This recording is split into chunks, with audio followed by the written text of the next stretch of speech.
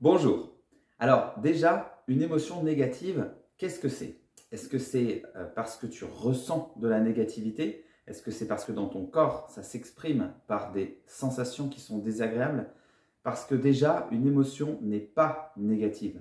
On la juge comme négative parce qu'elle nous fait ressentir des choses que l'on juge négatives parce qu'il y a de la souffrance physique ou psychologique derrière.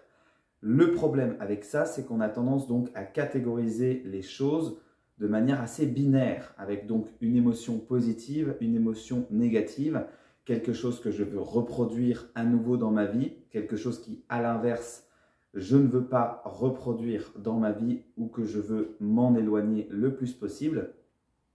Et le problème avec ce jugement, et c'est bien le mot, c'est un jugement de l'esprit, d'une perception de l'esprit, on va en parler juste après, c'est qu'on a tendance donc à vouloir justement ne pas ressentir ces fameuses émotions que l'on juge négatives, comme par exemple la colère, la tristesse, le fait d'accepter de pleurer ou au contraire de retenir ses larmes. Tout ça, c'est vraiment donc ce que l'on juge comme étant négatif parce que différent du bonheur pour schématiser, alors que ce sont des émotions qui existent. Pour le simple fait qu'elles existent, déjà, elles sont légitimes d'être. Et lorsque tu les ressens, tu es légitime de les ressentir. C'est vraiment la première chose sur laquelle il faut absolument que tu sois OK. Si à chaque fois que tu as une émotion négative, que tu juges négative, tu veux t'en couper, ça ne fera qu'augmenter le problème. Pourquoi? Parce qu'une émotion implique un message.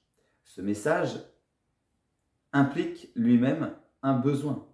C'est-à-dire que lorsque tu ressens une émotion, cette émotion est un message de ton inconscient qui t'exprime qu'à ce moment-là, un besoin en toi a été satisfait ou non.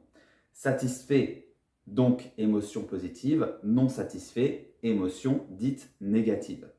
Donc, si tu n'écoutes pas ton émotion négative au moment où tu la ressens, ça veut dire que non seulement tu as un besoin en toi qui n'est pas satisfait, donc tu es en souffrance, mais en plus de ça, tu n'écoutes même pas ton message, ton émotion négative qui te dit justement, qui tire la sonnette d'alarme et qui te dit justement, tu es en train de vivre une émotion qui t'explique que ce besoin n'est pas satisfait et qu'il est urgent de le satisfaire. Donc, qu'est-ce qui se passe? Non seulement ton besoin n'est pas satisfait, mais puisque tu n'entends pas le message, tu ne vas pas du coup le satisfaire.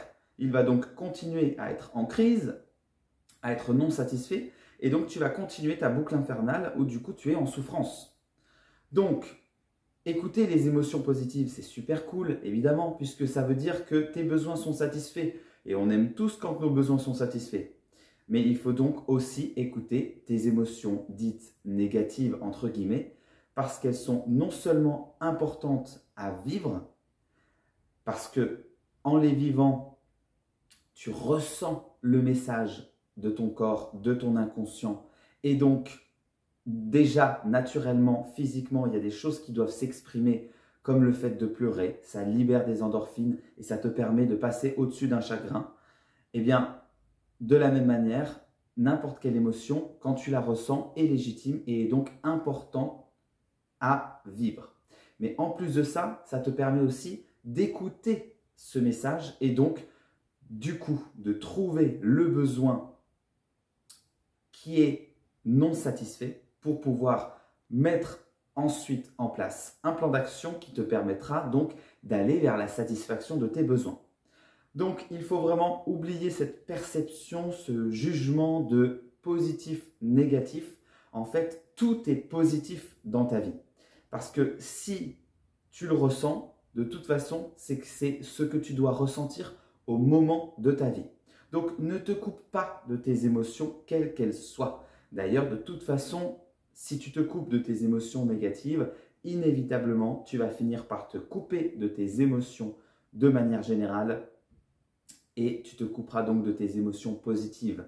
Tu te rendras compte par la suite qu'avec le temps, tu n'arriveras même plus à ressentir de la joie, de l'épanouissement ou même à rire dans des situations où tu l'aurais fait avant.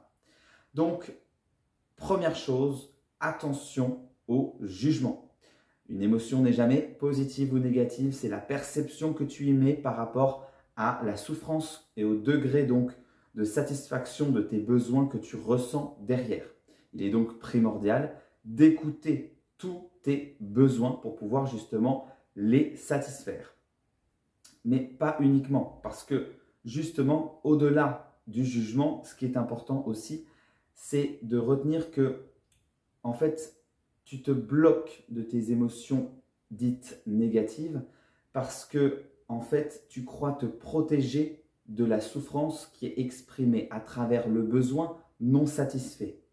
Or, on l'a vu, c'est donc l'inverse que tu dois faire, puisque plus tu t'en coupes, moins tu écoutes ton besoin, moins tu peux du coup le satisfaire et donc tu perpétues un cercle vicieux de la souffrance.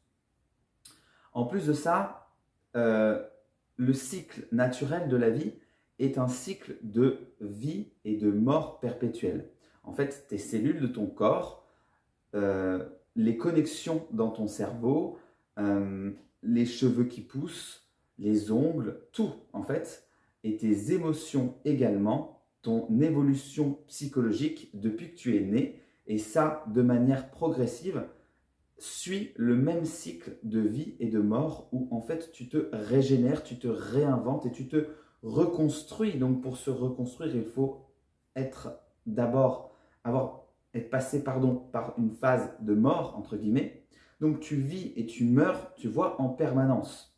Et en fait, il faut voir donc de manière globale tes émotions positives et négatives de cette façon-là.